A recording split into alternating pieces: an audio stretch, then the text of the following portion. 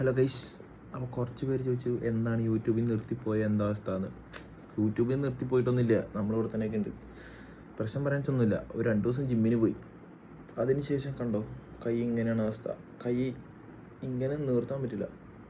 കണ്ടോ, വെറുതെ അല്ലേ ഈ ജിമ്മിന് പോയിട്ട് ആൾക്കാർ കൈയൊക്കെ ഇങ്ങനെ വെച്ച് നടക്കുന്നത്. ഇപ്പോഴാണ് കാര്യം പിടികിട്ടി.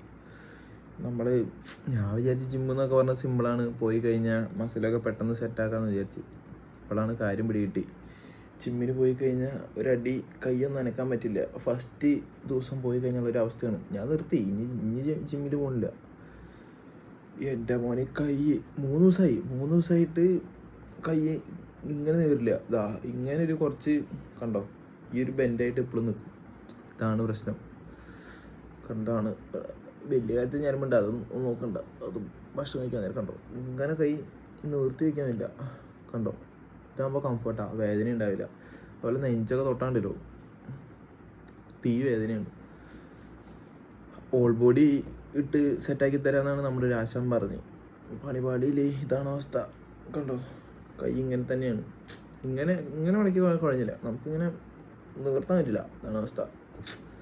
അപ്പോൾ ഗൈസ് ബൈ. അപ്പോൾ നമുക്ക് നാളെ കാണാം. Okay, good night.